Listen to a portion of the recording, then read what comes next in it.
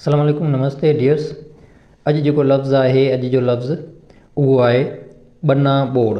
बना ॿोड़ इहो ज़र्फ़ आहे, तमामु घणो पाणी, तमामु घणो मींहुं। बना ॿोड़ दोस्तो जीअं बनू थींदो आहे बनी जो, जितां जेको उहो पाणी वेंदो आहे, त बना ॿोड़ माना एतिरो घणो पाणी अचणु, एतिरी बरसाति पवणु जो उहे बना आहिनि उहे ई ॿुॾी वञनि। त उन जे करे इन जी जेको मीनिंग ठहे थी तमामु घणो मींहुं या तमामु घणो पाणी। अॼु जो पहाको जेको आहे उहो आहे विकाणल घोड़नि जूं कहिड़ियूं बाहूं। विकाणल घोड़नि जूं कहिड़ियूं बाहूं। त बाहा जो मतिलबु जेको उहो आहे अघु, मुल्ह, क़ीमत।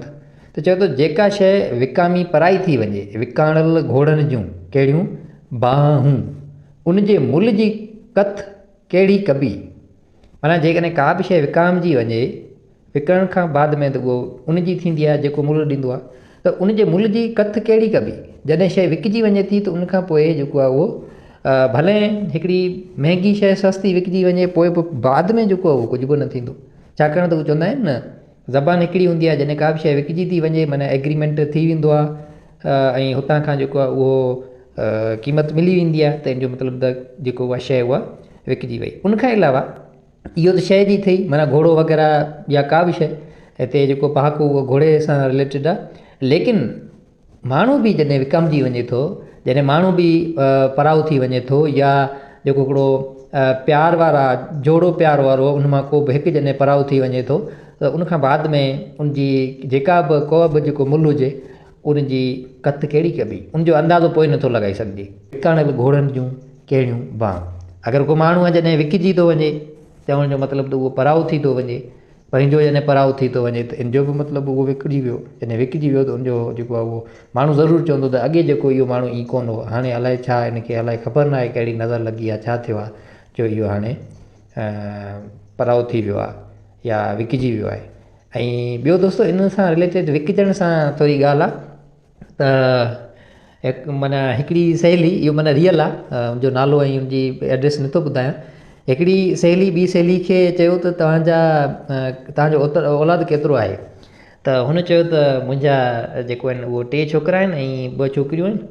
ऐं उन्हनि मां चयईं त पोइ वरी उन साॻी सहेली पुछियो त उहो केतिरा छोकिरा तव्हां परिणाया आहिनि ऐं केतिरा जेको आहिनि उहो तव्हां अञा कुंवारा आहिनि।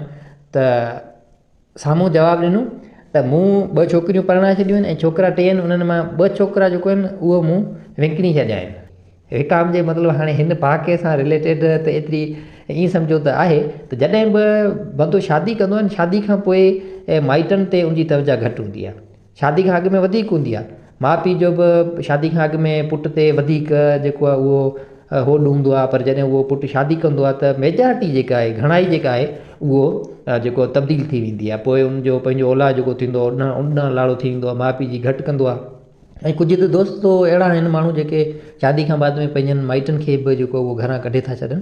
सो विकाणनि घोड़नि जूं कहिड़ियूं बाहूं। हाणे हुन जेको सहेली चयो त बाबा 2 विकिजी विया आहिनि, इन जो मतिलबु जेके 2 छोकिरा आहिनि उहो पणिजी विया आहिनि, बाक़ी जेको उहो हिकिड़ो अञा रहियल आहे।